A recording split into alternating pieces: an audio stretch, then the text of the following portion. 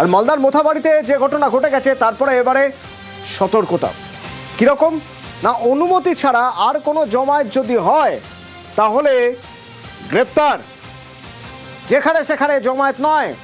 কমিশনের কড়াকড়ি, আর কি কি সাবধানতা অবলম্বন করছে কমিশন জানবো। অমিত রয়েছে আমার সঙ্গে। অমিত, দেখো, নির্বাচন কমিশনের তরফে ইতিমধ্যে রাজ্য পুলিশ, কলকাতা পুলিশ এবং সমস্ত পুলিশ কমিশনারদেরকে কিন্তু অ্যালার্ট বা সতর্ক করে দেওয়া হয়েছে যে কমিশনের নির্দেশ ছাড়া কোনো ধরনের জমায়েত বা সমাবেশ করার ক্ষেত্রে কমিশনের অনুমতি ছাড়া করা যাবে না।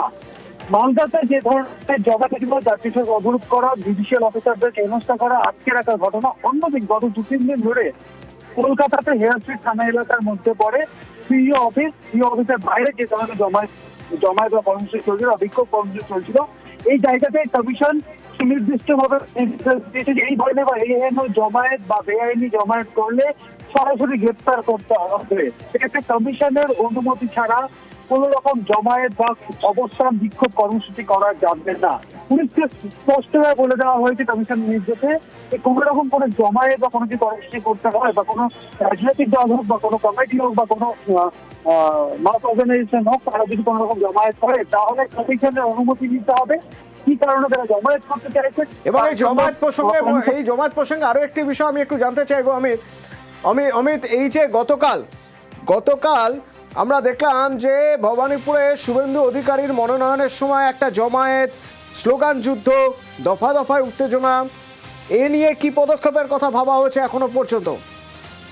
এই যে পুলিশের 3টি মামলা রুজু হয়েছে। একটি মামলা রুজু হয়েছে নির্বাচন কমিশনের তরফে। আলিপুর থানায় তারা অভিযোগ করেছিলেন, লিখিত অভিযোগ, যে নির্বাচনী আচরণ বিধি লঙ্ঘন হয়েছে। কারণ গতকাল শুভেন্দু অধিকারী, অমিত শাহের উপস্থিতিতে এবং আরো 4জন বিজেপি প্রার্থী তারা মনোনয়ন জমা দিতে যাবেন আলিপুর থানা এলাকায় বিল্ডিং এ।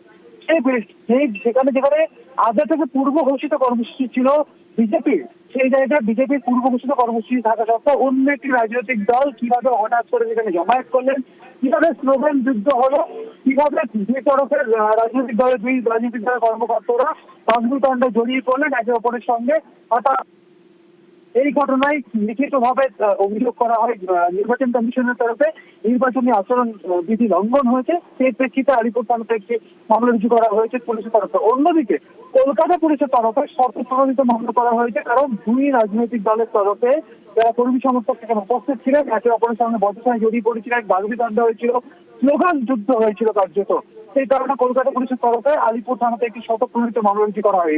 একইভাবে হাজরা মোড় থেকে এই শোভাযাত্রা বা বর্ণাঢ্য মিছিল আসার কথা যেটা তাদের সেক্ষেত্রে কালীঘাট ফায়ার ব্রিগেড থেকে আলিপুর আদিগঙ্গার যে ব্রিজের যে মাঝখানে যে রাস্তা, সেই রাস্তার উপরেও দুই রাজনৈতিক দলের কার্যত তর্কাতর্কি হাতাহাতির পর্যায়ে হয়। সেক্ষেত্রে কালীঘাট থানাতেও শতপ্রণোদিত মামলা রুজু করা হয়েছে পুলিশের তরফে এবং এই দুটি মামলার ক্ষেত্রে কিন্তু এফআইআর এগেন্স্ট আননোন এই হিসেবে কিন্তু এফআইআর রয়েছে। ধন্যবাদ। গতকাল বঙ্গ বিজেপিতে এক নজিরবিহীন দিন ছিল, তার কারণে শুভেন্দু অধিকারীর মনোনয়ন জমার জন্য এসেছিলেন অমিত শাহ, এবং অমিত শাহ এসে বলেছিলেন যে তিনি এখানে ভোটের আগে 15 দিন থাকবেন। আজ মমতা বন্দ্যোপাধ্যায় বললেন যত বেশি দিন থাকবেন তত কম ভোট পাবেন। একরকম নাম না করে অমিত শাহকে তো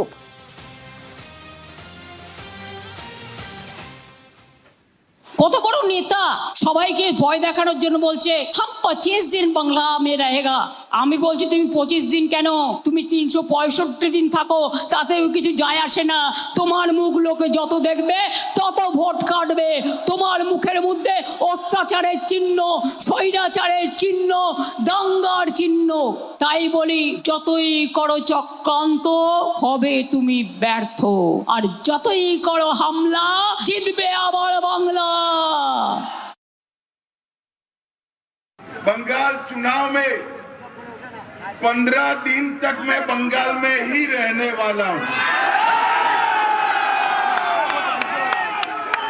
आप सभी के साथ बातचीत करने का बहुत मौका मिलने वाला है, मगर मैं आज यहां आया हूं हमारे चारों प्रत्याशियों के नामांकन के लिए और विशेषकर शुभेंदु अधिकारी के नामांकन के लिए